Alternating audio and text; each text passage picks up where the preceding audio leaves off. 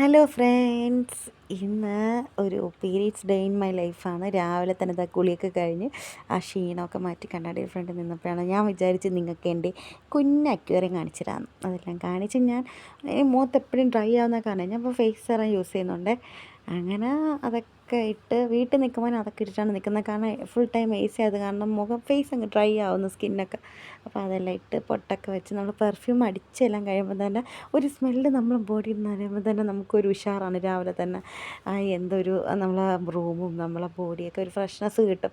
അങ്ങനെ ബെഡൊക്കെ വിരിച്ച് നല്ല സുന്ദരി കുട്ടിയായിട്ട് രാവിലെ തന്നെ നല്ല കുട്ടിയാവുമെന്ന് ചോദിച്ചാൽ സാധാരണ അങ്ങനെയല്ല. പക്ഷേ ഇന്ന് എന്തോ കുളിക്കാൻ വിചാരിച്ചിട്ടാണ് ഇങ്ങനത്തുള്ള മാറ്റങ്ങളില്ലെങ്കിൽ ഇങ്ങനെയൊന്നുമല്ല.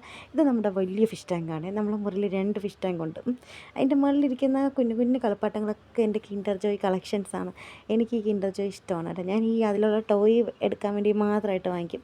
അങ്ങനെ എന്താണ് ഞാൻ നോക്കിയപ്പോൾ ഇവിടെ ഒരാൾ കട്ടൻ ചായയൊക്കെ ഇട്ടുകൊണ്ടിരിക്കുകയാണ്. എനിക്ക് പാവം എന്ത് സ്നേഹനിധിയായ ഹസ്ബൻഡാണ്. അങ്ങനെ രാവിലെ ഞാൻ കുറച്ച് സൺ കിസസ് അടിക്കാമെന്ന് ചോദിച്ചിട്ട് ചെന്ന് അവിടെ ഇരുന്ന് ഒടുക്കത്തെ വെയിലായിരുന്നു പണ്ടാരടങ്ങാൻ വേണ്ടി. പിന്നെ കുറച്ച് ഷോയൊക്കെ ഇട്ടിട്ട് ഞാൻ തന്നെ നൈസായിട്ട് ആ കട്ടൻ നീക്കിയിട്ട് ഇരിക്കാൻ തുടങ്ങി. അതാണ് നിങ്ങൾ ഈ കാണുന്ന രണ്ടാമത്തെ ചിരി.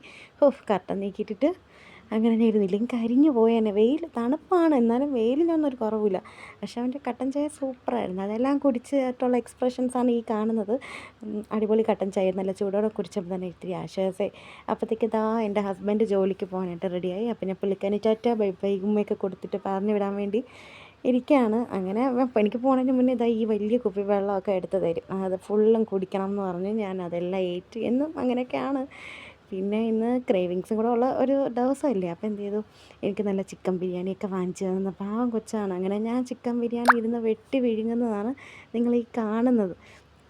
നല്ല ടേസ്റ്റായിരുന്നു. അതിൽ ഈ കറിവേപ്പല്ല ഈ മല്ലിയിലയൊക്കെ ഞാൻ എടുത്ത് ദൂരെ കളഞ്ഞിട്ട് അല്ല അച്ചാറും കൂട്ടി കഴിക്കാമെന്ന് വെച്ചാൽ അച്ചാർ പൊട്ടിച്ചത് മാങ്ങ അച്ചാറായിരുന്നേ.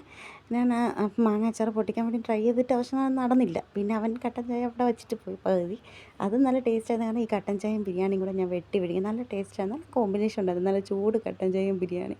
അങ്ങനെ ഞാൻ അതും കഴിച്ചു. എന്നിട്ട് ഞാൻ നേരെ നാരങ്ങച്ചാല മാങ്ങ അച്ചാറിലോട്ട് തന്നെ പോയി.